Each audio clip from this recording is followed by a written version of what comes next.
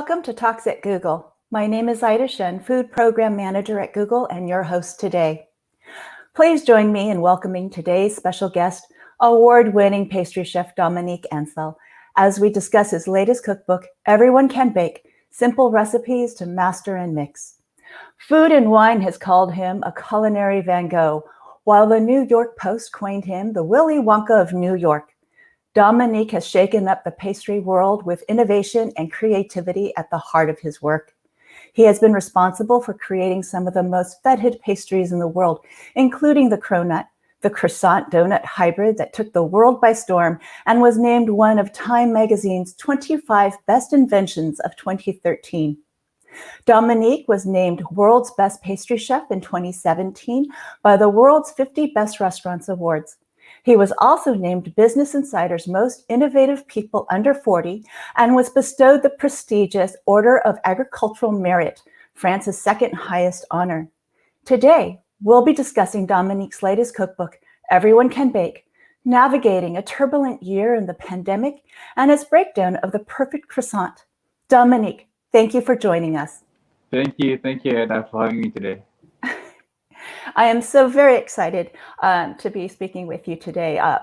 I've been baking every weekend from your book since I got it, and it has been a joy and delicious. So that's exciting. That's what this book is for. It's for everyone to bake at home. So I'm glad you got your hands on the book and got to bake at home.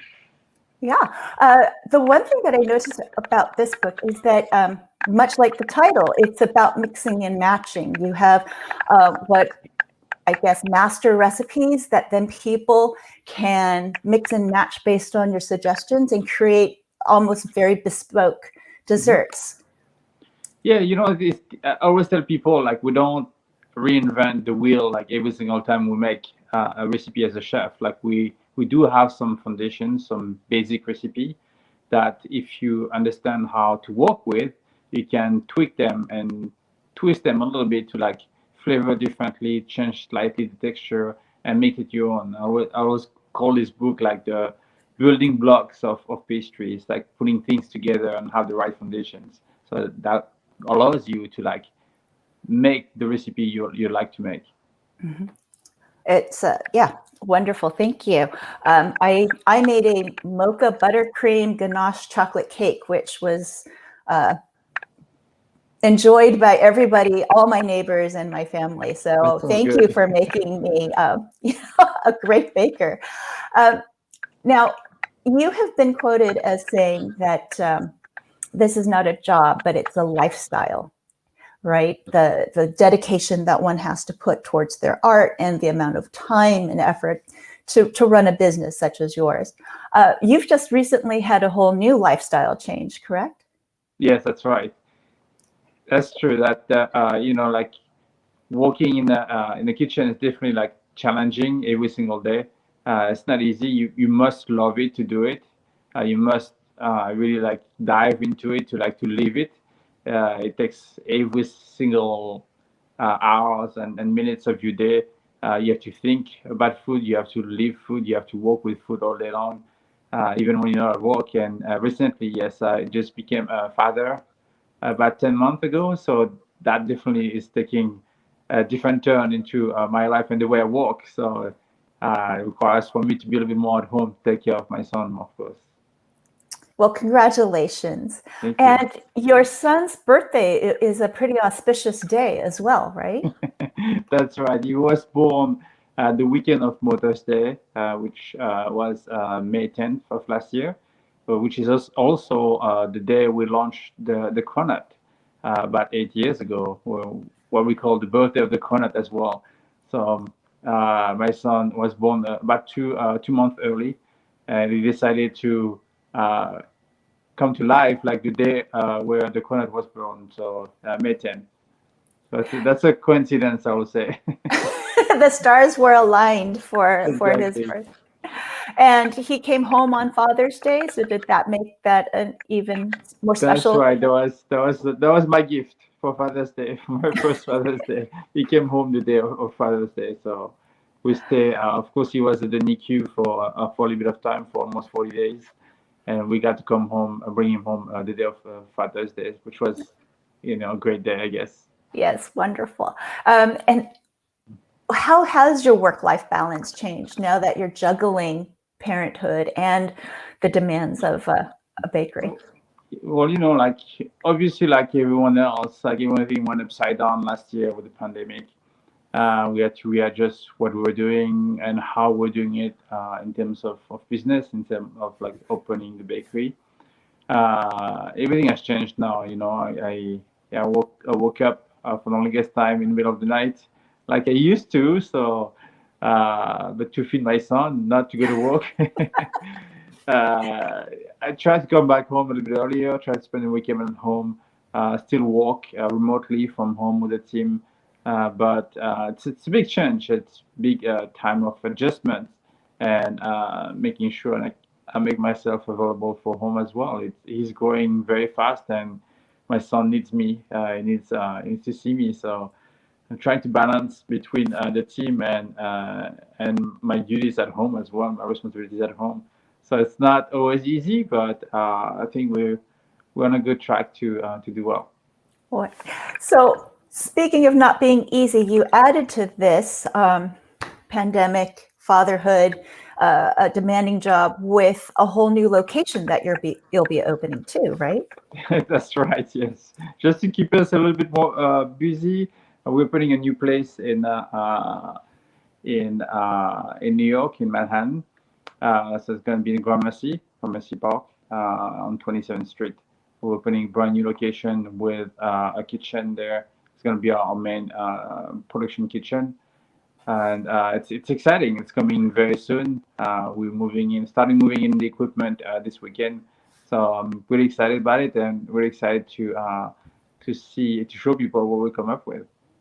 So when's the expected opening date for this new location? We don't have a date yet, so we're just doing the heavier part of the work, which is moving the largest piece of equipment, and then the time to get everything ready probably about 2 months from now. All right, so everybody in New York, be ready Don't for a quote me on the visit. date, okay? No more lines. We don't need the giant lines that you used to have.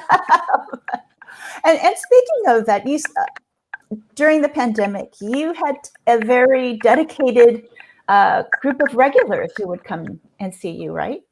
Yeah, that's right. So there's this group of fans that have been coming to the bakery. They call themselves the Cronut fan group. They come to the bakery every month, and they stay. They became friends a while ago, and they meet at the bakery to try the new Cronut every single month because we change the flavor once a month. And during the pandemic, they stay in touch and they, video chat with each other. They got a Cronut. They stay connected as friends, and they still kept the tradition alive and going even during the pandemic because the bakery was still open. So we thank them. They are wonderful guests of the bakery. They're very loyal and dedicated guests. So very excited to have them as part of our family. I mean, your dedication to community is just amazing, and obviously the community loves to give back to you. I remember you're telling me a story of your very first customer coming in to celebrate the book. Could you tell us a little bit about what he Yeah, did? sure. Bakery is always a local business. It's a business of community. It's where people meet, where people come back to see each other, where people come to celebrate. So we're a very important part of the community and the neighborhood. So Mike, which is now a friend, was our first customer, our very first customer who stepped into the bakery in 2011 when we opened the bakery. And during the pandemic, of course, we had to do everything remotely. We launched the book, which we were worried about, but the book did amazing because everyone started baking at home. And Mike, who wanted to get the book, of course, wanted to come to the bakery for me to sign the book. He didn't want, anyone to. He didn't want to do it remotely, so he came all the way to the bakery for me to sign the book on the day we released the book. So he's a friend once again. He's became a friend for the years. He's one of the most loyal customers, and it's people like this that keeps us alive and keep us going for like spreading love with our pastry. And speaking of spreading the love with your pastry and community, you served a lot of the people in your Soho neighborhood, but also first responders or the hospitals. Is that correct? Yeah, so we reach out. Of course, like it was a hard time for everyone.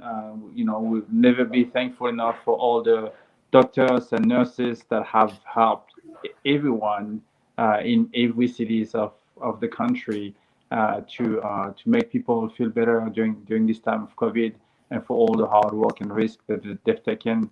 So we have helped many hospitals. I think almost all of them in the hand by giving some food and breakfast for all the doctors and nurses around the city.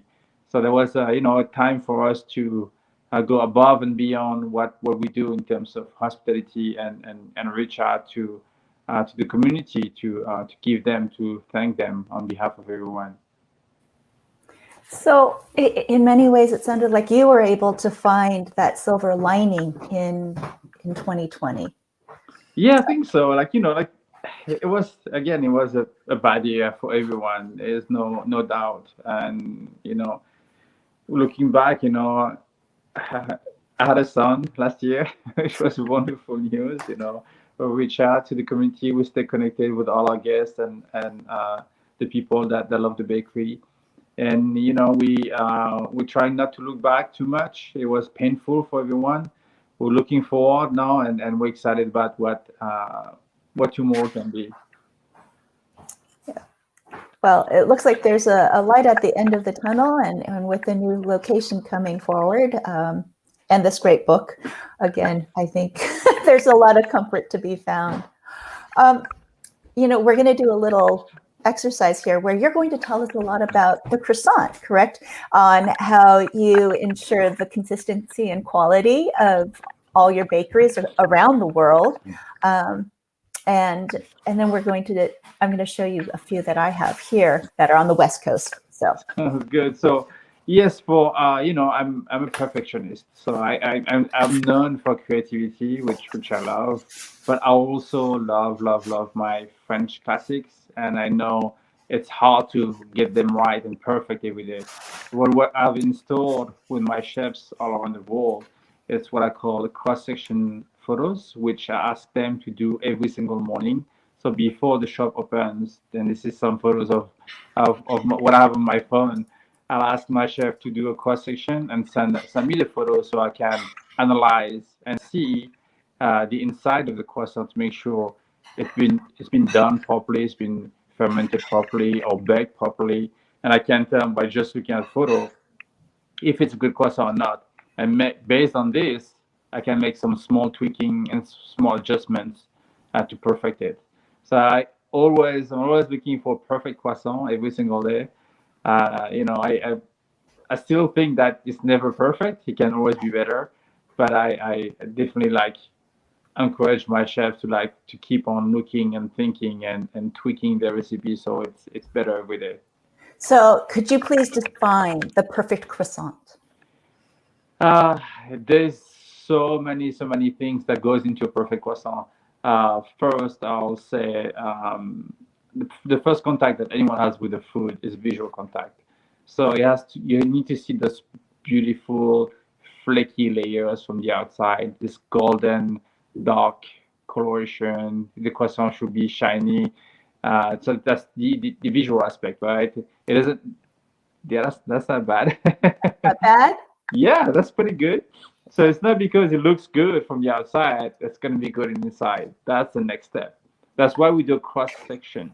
So the cross section, first thing I look at, is what we call the honeycomb. Essentially, it's the structure of the croissant, so what it looks like from the inside. You should have these little air pockets that are slight different size. Yeah, if you want to bring closer to that's not bad. Yeah, there's a big air gap on top. I can see this white line on top of the croissant as well. And this will tell me that the croissant was probably baked for a little too long. It's like slightly dried out. It's not bad though. It's good croissant also in general. But I all, want to all, become a all these croissant little snob. details that makes that the croissant is good. So of course the visual aspect from the inside is important as well. But then we smell it. So the smell should be this buttery and this like slightly fermented smell to it. That's the beauty of a croissant. That's mine from this morning. I'm going to show you the difference. It's right here. Can you see it? Yeah. You can see Oh, all and I see the difference of the honeycomb. It's yeah, not as difference of the honeycomb and the lining as well. Right hmm here, there's no like white crust. So this was baked in an oven that was really hot, 400 Fahrenheit. So to avoid and prevent from this crust from happening and the croissant to dry out from the outside. Okay, So I there's have. like many like complex like tips and tricks to make a perfect croissant. I think all the steps are very specific and important. It also depends on the type of ingredient you use, mainly the butter, the flour, but also the technique used to make it. So speaking of the butter, I have a friend who's trying to perfect the croissant. She lives in Singapore, so the temperature in that area can be very hot. But she's, Mhm. she lives in a air conditioned room, and then she tells me about the croissant butter she buys at the specialty store. And I have never heard of croissant butter. So have you? And what is croissant butter? Is it Yeah, how is of that course. different? So we, like in a professional kitchen, you're looking for butter that is at least 83 to 84% fat content. So that means that there's very little water in it. So there's mostly fat, and that's why you're looking for something rich and with a high fat content. Then secondly, you're looking for the taste, the flavors. Recently, I've been doing a lot of tests with like French butter and compared to the US butter that I currently use, and the flavor is very important as well. And the third and also important fact with the butter, you're looking for elasticity. So you're looking for this like texture of the butter that is not brittle, that's not like too soft, not too, but something that's going to hold a little bit. So the way the butter is processed, it's is important. So that will give the elasticity of the butter. So you want a butter that is a perfect butter should be like a little bit of elasticity. Should have a nice, beautiful color and flavor, and it should be like high fat content. So all of this will make that you are making a beautiful croissant. Okay, here's one more croissant. And can you tell the difference? So this is from a different bakery. Did they bake it Yes. better? And So then yeah, this is not the best croissant. It's a little dense. mhm. You can see the honeycomb is like a little tight. It's very white. It looks a little dry as well. So it's not as good as the first one. So would the butter have something to do with that, or is the issues with these more the baking time? I think the issue is more, I mean, there's so many things that goes into it. The mixing of the dough is important. The way you incorporate the butter, the quality of the butter, but also the type of flour you use. It's hard to tell just looking at it what was wrong with specifically this one. I will of course have to look at the recipe, to look at the Right. process and the way it was made. So it is, you can get very nerdy about the croissant, and I love that, but I don't want to go too much into it. Too much into it. But So, for but it, example, if we talk about flour, so the flour, of course, is it's wheat flour. Depending on the harvest and the season of the year, you get different results for the flour, different process, a different final product. So the flour might have more or less gluten content that's going to change depending on the harvest and the soil and the water that the wheat actually absorbs. So this will change and affect your product. You might not see it if you do it at home, but if like me as a professional, you do it every single day and you know your product, you know your recipe, you will see a change and you'll see a change in the final result. So based on this, with experience, you can tell if you need to change, for example, the hydration of the croissant. So when you're looking at your photos from all of your bakeries, that's something that you know because you know the ingredients they're getting, you know the recipe and the technique, and so you can make those micro adjustments just by Exactly. the photo. Exactly, because I know, from the beginning we set up to use a specific type of flour.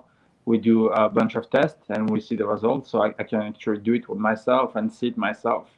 And if there are any changes, I can tell just by just looking at it. So if it's a croissant, I don't know. There's hundreds of recipes of croissant. I wouldn't be able to tell by just looking at it what's wrong with it.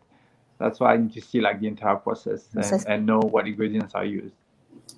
Still, that's quite amazing that by photos of all of your product that you can help manage the quality assurance from New York.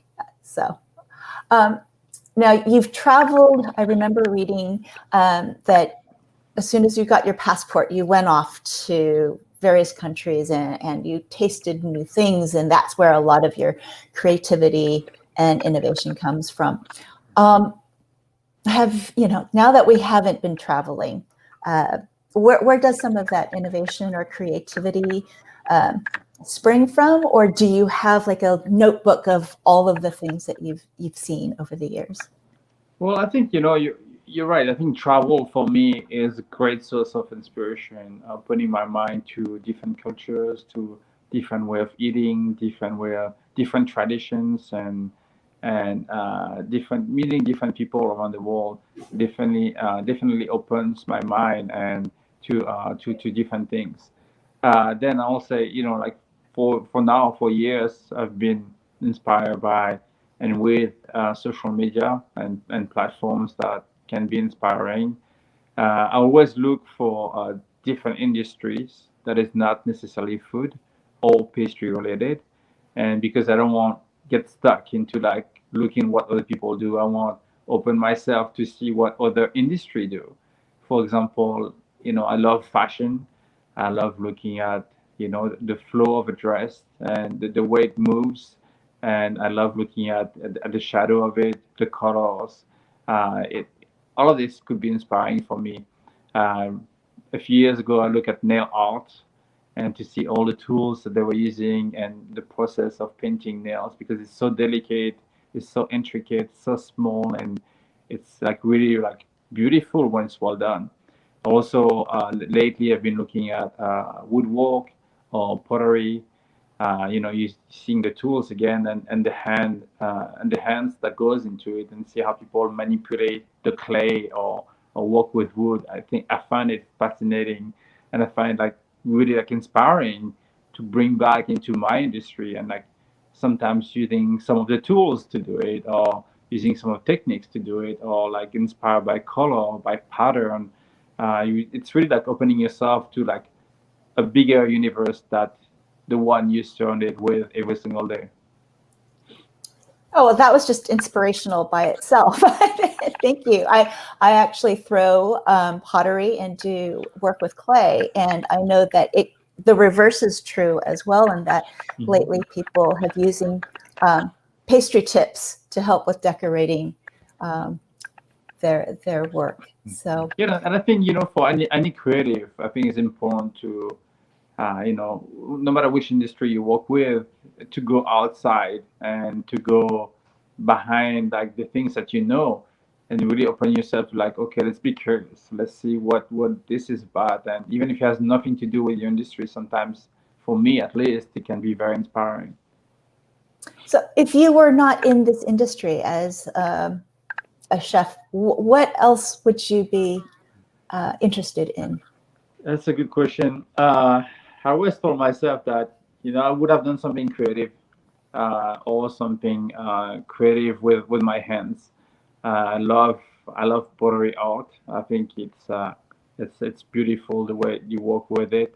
I love photography. I love design and architecture. I would have done something on those nuts, something that can really like allow me to be creative and to think differently. Well, we're very lucky that you have you share with everybody as well. What, in terms of your travel and the way that you look at things and explore, what was your most wow moment for something that you were able to apply to pastry outside of the cronut? Because obviously the world already knows about that. Mm. That's an interesting question. A few years ago, I went to Japan in Tokyo, and I went to see an Issey Miyake art show, and it was an exposition about movements. So that sounds like really rundown, right? Movements, and it was all these like objects and lights, fixtures, and things that were moving with the wind and with the motions, and it was really really inspiring to me. I went back to the kitchen. I was like, I want to do something that moves and transforms. So I created what we call the blossoming marshmallow. So it's a marshmallow that is encased in a little cup of chocolate. And when you drop the marshmallow inside the hot chocolate, it melts the chocolate kept that's on the bottom to reveal a beautiful like flowers made of marshmallow. And that's by itself it's a showstopper, but it's a story where I was like inspired, like really inspired by everything I've seen, and I challenged myself to do something that could move, that could have motion with food, which is pretty challenging, I would say. Well, and that brings up like some of your other desserts. It's almost more an experience than it is just to have a dessert and taste. You're quoted as saying that your madeleines are like a sushi where you get that last puff of breath, and that you want your guests to experience the madeleines while they're still hot, right? And it's something that people aren't quite used to. Yeah, I think that time, like I said in my first book, time is an important ingredient when you're a pastry chef. We do at the bakery miniature madeleines, so they are piped in a mold and baked only when you order them. It takes about 4 minutes to bake. So from the time you order to the time you get it, it's about 5 to 6 minutes. And I encourage people to eat them right away when they are still hot, when they're still like steaming and piping. And I tell people, when you bite into it, it's like taking the last breath of the Madeleine. It's still alive. It's still like fresh. And I don't want people to keep the Madeleines like sitting on the table or in the bag for hours and then eat them. It will be a complete different product. And I always compare the Madeleine to the sushi. Like I tell people, you won't go to a sushi restaurant, have the chef make a sushi in front of you and let it sit for half an hour. Of course not. The experience will be completely different. It's the same with my Madeleines, and I think it's something that's important to understand that time is crucial. Time is a real ingredient when it comes to food and experiencing those moments where it takes you like it gives you something else. For me, for example, like I grew up in France where I used to go to the bakery probably like 2 to 4 times a day, with my mom in the morning, with my grandma in the afternoon, and going that many times to get fresh bread. In France, you don't buy bread for the day or for a few days. You go buy your bread for your meal, for your next meal. So you go buy in the morning for lunch, you go buy in the afternoon for dinner, and it's totally normal. You even go back, you go in the morning for breakfast. So going like 2 to 4 times a day, it's normal for any French person. But when you do that, and you go to the bakery and you get to bring the bread that's like hot, fresh out of the oven, like still piping and steaming. It's a childhood memory for me that I will never forget. It like transports me in time and brings me back so much joy and great memories. But it's not something you experience necessarily like everywhere here in the US. So something I want to bring back from my childhood memories, which is a connection that is very important to get something fresh from a bakery where you eat right away, it's straight from the oven, and you can cheat. It's been done like right here, right in front of you. Mhm. And create those memories for the lucky people who are near your bakery. Exactly. It's wonderful. Now, you're right after the Cronut, you created the frozen s'more, and that Did you ever have a s'more before you came to the United States? Actually, not. No, I did not. So when I first came to New York, it was in 2006. Of course, I've heard of it, Smores. I knew more or less what it was, but never had one. And as time passed, of course, like my team and the people I knew, my friends, talking about s'mores, and like I learned about what is a real s'mores was and how to actually set it up, how to eat it, and I was instantly, I think, fascinated by the tradition of making it, by the moment in time, by the memories of people building memories around like the campfire and doing the s'mores. And I wanted to do something with it. So what I've created, it's called frozen s'mores. So it's an ice cream version of the s'mores. So like right off the bat, it tells people like, oh yeah, I know what a s'mores is, but I give them a new experience. Now it's a vanilla ice cream that is encased inside a chocolate wafer, and around it there's a honey marshmallow. This is served on a branch that's been smoked with apple wood, so it's a real branch, and we torch this to order, so it caramelizes on the outside. When you bite into it, it's like crunchy, it's warm, it's cold, it's everything and everything new at the same time. So it's a unique experience. You can only have it there on the spot. We only make them and sell it at the bakery. It's another experience that you have to live in order to understand like what it feels like. But when I look at people, seeing the marshmallow being torched and caramelizing, and the smoke coming out of it, when I see the expression, the eyes, and when they bite into it, when I see them closing their eyes and handing it to the person they're with, for me, it's like a perfect pastry because it's a connection with the guests. It's like bring them back to like a childhood memories, to like souvenir, and like time where they share something with someone, learning about something new at the same time. They think they know what it is, but it's also something new. So it's just magical. Like, and I feel like great as a pastry chef when I see those kind of emotions. Yeah, I mean, I like s'mores, but like you said, more for the experience of being by a campfire and with having fun. It's the memory of it. But what you just described sounds delicious. So can't wait to come to New York and try my first frozen s'more. You must, next time you're in New York, you must come and try it. I will. I know we have quite a few questions, and we have, I'm sure, a huge group out there that I'm not even going to think about. So why don't we take our first question? Sure. So from Marisa, I really appreciated the cook-alongs on your IG account during the shelter in place. Any thoughts of possibly doing bake-at-home products for some of us far from a local bakery? Yes, I actually during the pandemic, like we did a few sets that sold very well for people to bake at home. So we could only do it in New York, of course, because we're using a delivery, a third-party delivery service. So those sets were like, for example, banana bread mix, where you just need to buy bananas and eggs and mix everything together. So we have done this.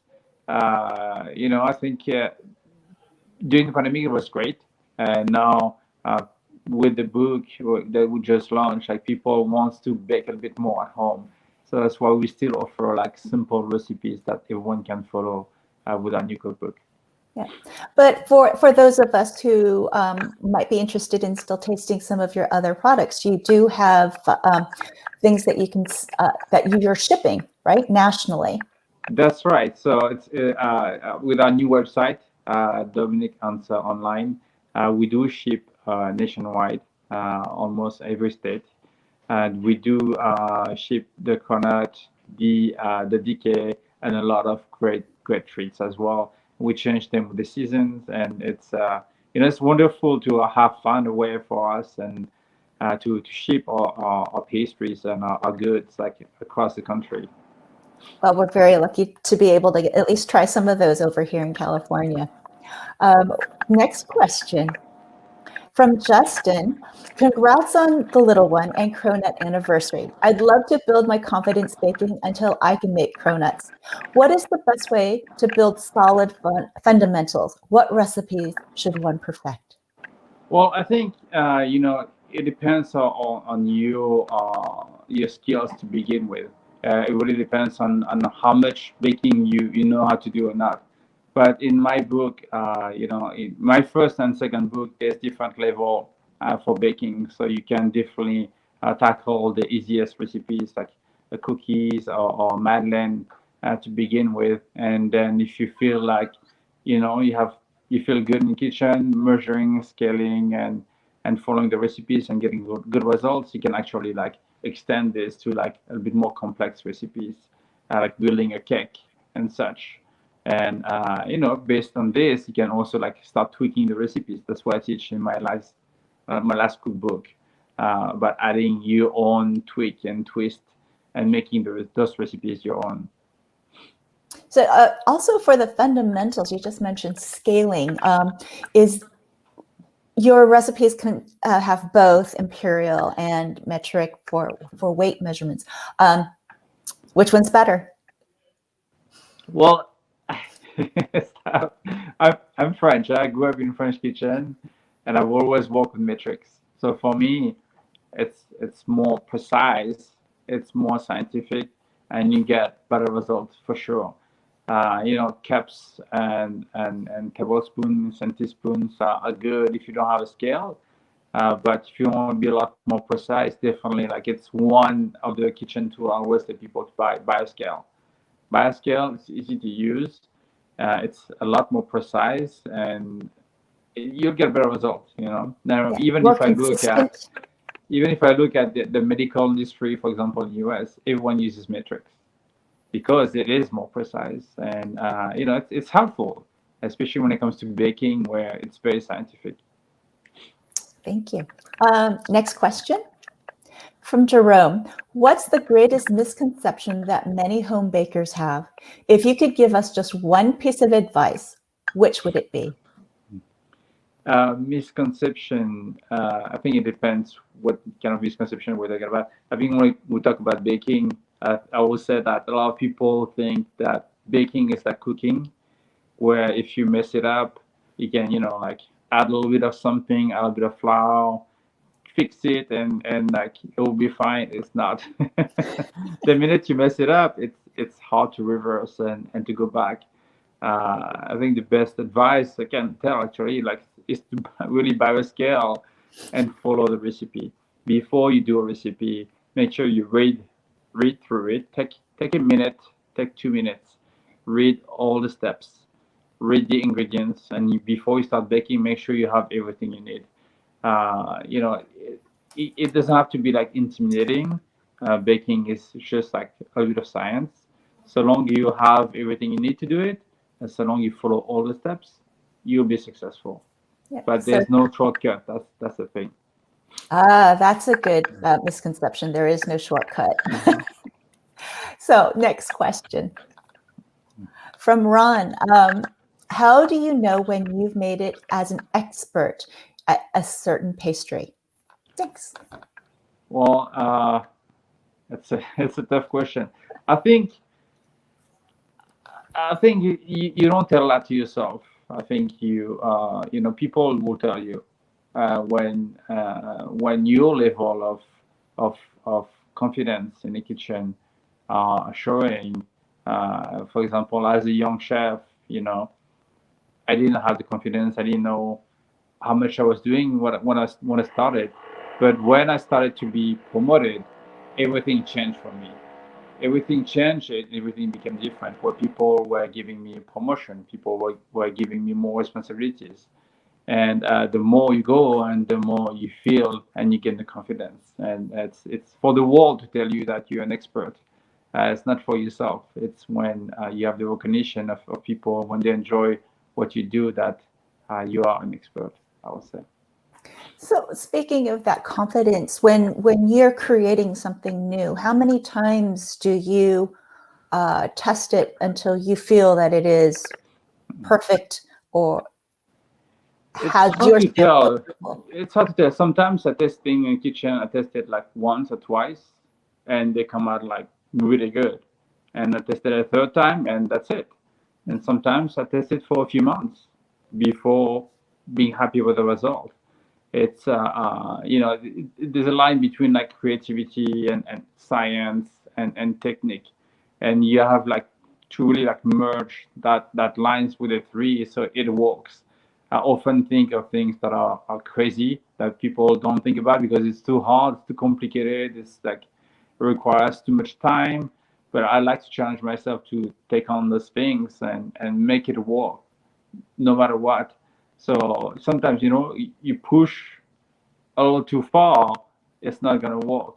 And sometimes like really like twist your brain into like making it work until you get it right.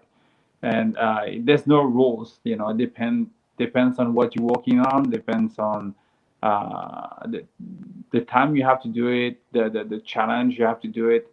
And sometimes it can be like 2 or 3 days, and sometimes it can be a couple months.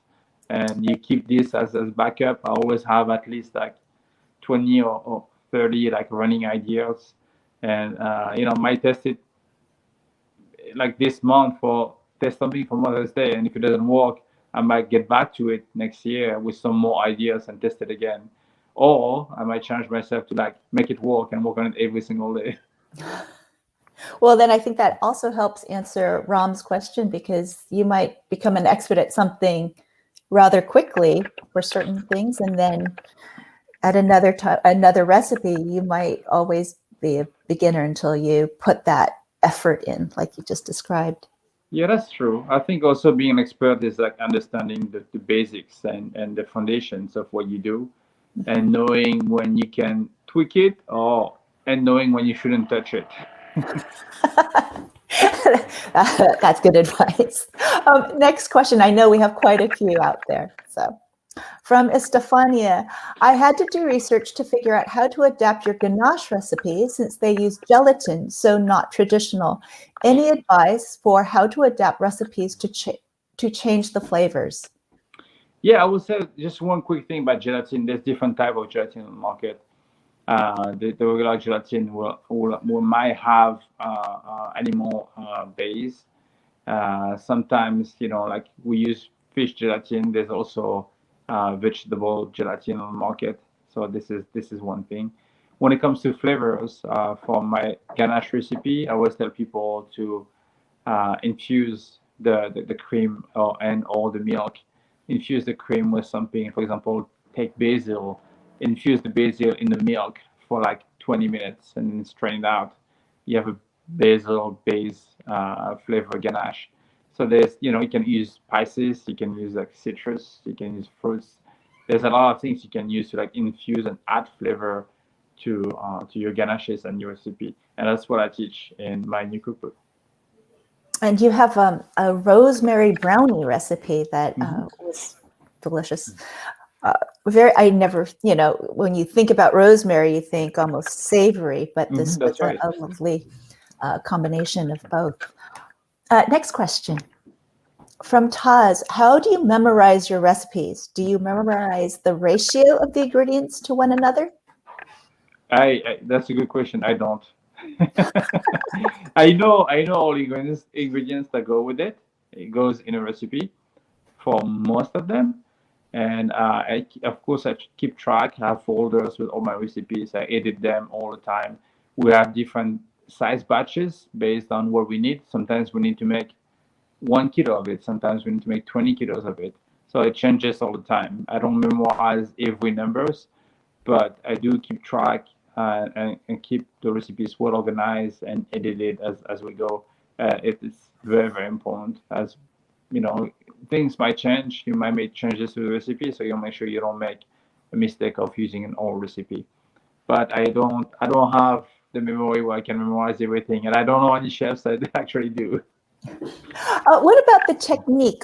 Is the technique pretty constant, and all you're doing is the ratio of ingredients, or does technique also change when you edit? Yeah, that's a good question. So most of the time, the technique stays the same, unless you change or add or remove a crucial ingredient. Uh, all our recipes are in matrix. They're in an Excel sheet, and on the bottom there's a process for it. So keep it like very like simple and streamlined for everyone to use in our professional kitchen. Thank you. Next question. From Natalie, how do you think of preserving the traditions of French baking and pushing the boundaries of baking innovation? How do you honor both? Thank you for a wonderful pastry fundamentals masterclass. Thank you, Natalie. Great question.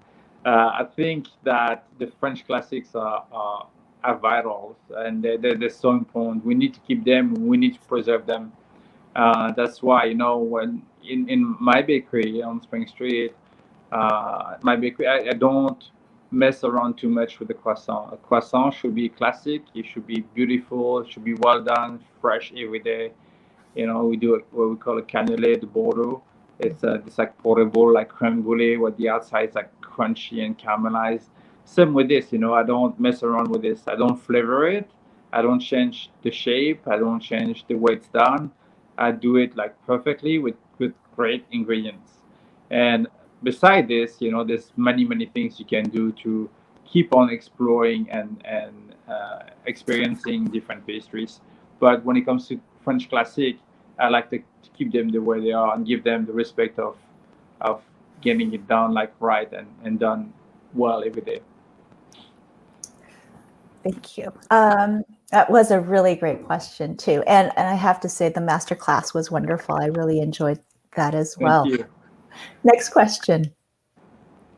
From Hannah Kim. Hi, Dominique. Can you recommend your favorite bakeries in California? I'm always searching for the perfect croissant. Not the two places I went to this morning, apparently. That's tough. I spent a bit of time in California. It's tough. I know there's a lot of good bakeries there. For croissants, there's not too many places. I've had some good croissants there. It's hard for me to answer. Maybe Aida, maybe you can tell us what I you might saw have your to go favorite. on a croissant searching, call it research for work. But in San Francisco, just a few years ago, maybe a while ago, 2016, I can't pronounce it. There's a bakery in the Richmond that was named best croissant in the U.S. So Oh, really? Yep. Which bakery is it? I can't remember. I can't pronounce it because it's French. I'll look it up. Yeah, it's Aristault or something like that. Okay, I'll look it up. and there is tartine. There's tartine, yeah. There's tartine. So, all right. Next question. From Alice, what are some of your favorite non-bakery food establishments? Some of my non-bakery, I'm not sure I understand the question in terms of like More food. savory, I think, for food. Yeah. You were trained as a chef as well, right? So Yes. I mean, restaurants. There's so many great restaurants in New York City. Just like in our neighborhood in Soho, there's King, small French-Italian restaurants on King Street, which is wonderful. Isori in the West Village, another Italian restaurant. I could give you a list of like 100 names. There's so many great restaurants in the city. So when you are visiting new cities or scouting them for a bakery, are you looking at the composition of what's nearby of restaurants or other bakeries, or do you feel that your name precedes you and you can just find the right location? I think, like I was trained as a chef and I was trained as pastry chef. So I always tell people those are two different worlds. People might think that it's the same thing or it's very similar. It's not. Baking comes with a lot of knowledge of the product, a lot of techniques, a lot of intuitions and feeling. Depending on how ripe your vegetables can be, you work with it differently. Depending on what kind of like quality of meat or fish you work with, you might cook it differently. You can adjust the seasoning based on the ingredients. So it's a lot of feeling. It's a lot of like testing and adjusting. When it comes to baking, it's different. It's very scientific. You must scale, you must measure, you must tamp everything. It's precise. It's a little bit more creative because you build everything from scratch. So there's a lot of different things that go into it. Um, let's see, we have a couple more questions. The next one, please. From Aaliyah, what are your favorite non-classic flavor combinations? I do like we were talking about herbs earlier, like rosemary in the bunny. I do like this. I like a nice like basil and chocolate truffle. I do like herbs and like more like savory trends into my pastry. What about global flavors? You're in About Asia. what? Sorry. Global, sort of more like I would say tropical flavors. Do you play with those a lot? Ube right now, the purple yam seems to be very popular, as well as salted egg yolks. So those are coming from from Asia. Do you explore those? Yeah, I don't mind it. I don't mind it to taste. Probably won't eat it every day. I've worked with ume. I've worked with salted egg yolks as well. I've done a few recipes with it. I think it's fun. I think it's exciting. I've done things with like black pepper ice cream before, which was really fun. Depending, of course, on which black pepper you use. Some of them are very like floral, almost like they have a nice taste of it. It's not too spicy. I think some of these are really fun to explore, but again, you have to be very delicate with it, and it still has to. If you do something sweet, it still have to taste good. So I remember one time you were talking about how when the Cronut came and exploded, other people just started mashing up other combinations, right? That's right. And it is a delicate or a fine line of combining two very different items together. How would you say that you go about combining different flavors together or different products? I think it's all a matter of taste. I don't always. Oh, I don't always bake. I don't bake for myself. I bake for people at the end of the day. So there are things that I like. If I like black pepper in my ice cream, I might not necessarily sell it at a bakery because not most people will like it. So they might not appreciate it. For exploring and trying and testing, I think it's really fun. When it comes to offering to everyone, you still have to be conservative and also adventurous a little bit so you please most people because at the end of the day, you still have to sell your product. Right. You still have rent to pay. I think we have one more question. So from Dave, any food inspiration from Taiwan? Any plans to open a location there? That's a good question, Dave. I love Taiwan. My wife is from Taiwan. She grew up there, and I went many, many times. So I love the night market. The pineapple cake is delicious. I love pineapple, so I love the pineapple cake. I try to go back as much as I can. Hopefully, I'm going to bring my son to Taiwan soon as well for him to learn about it and to see what it's like. I think it's important that is that close to the culture where his mom grew up. It's inspiration, lots of inspiration. Eventually, maybe someday we'll open something there. I don't have anything planned yet, but with the pandemic, everything is like pretty much slow. But eventually someday, and I love Taiwan. So, like we just mentioned, you're going to be opening up a new location by Gramercy Park, and you have Hong Kong. Are there any other places that are on the docket for worldwide? Not yet for now. I think we of course gonna go one step at a time. We naturally I'm already like very like careful on the growth of the business and the brand. I think now it's the time to really like reset and recenter during this pandemic and make sure that we do things the right way. I will still love, to explore the world and travel again soon, which we all hope to do.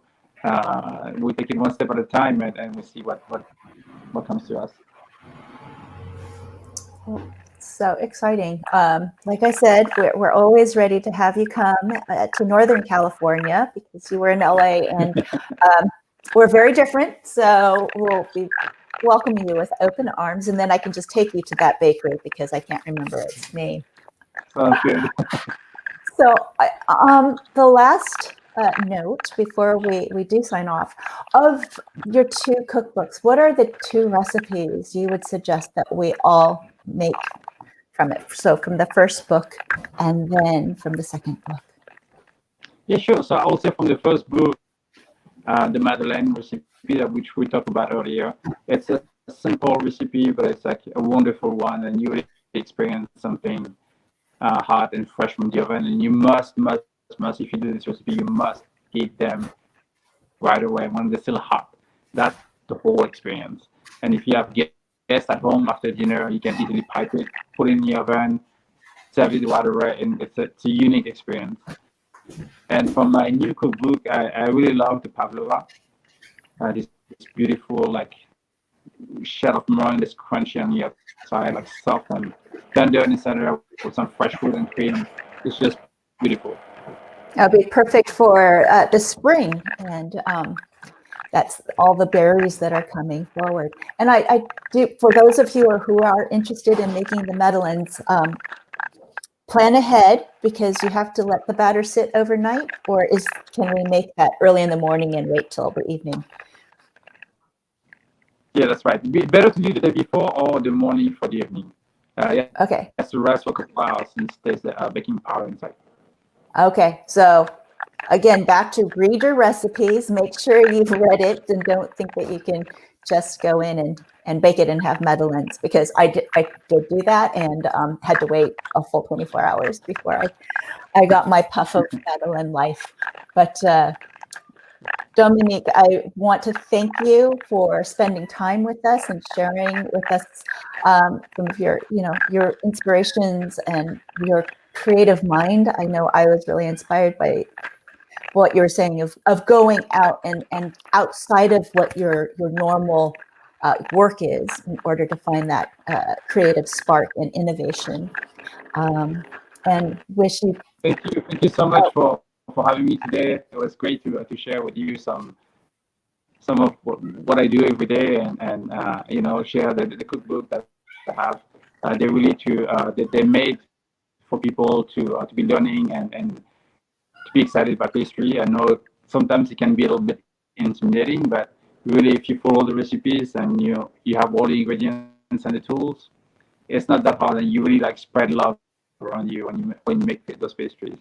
Yes, definitely. People will definitely love you because I know my neighbors are all very excited when I come by with a platter of pumpkin chocolate. And again, congratulations on your new lifestyle. And we hope that you get enough sleep and can balance both of them, the work and the home life. We'll try. Thank you so much, Aida. Thank you for your time, and I hope to see you soon in New York. Yes, I hope to come and have my first frozen s'more soon. Take care. Sounds good. Bye-bye. Thank you. Bye.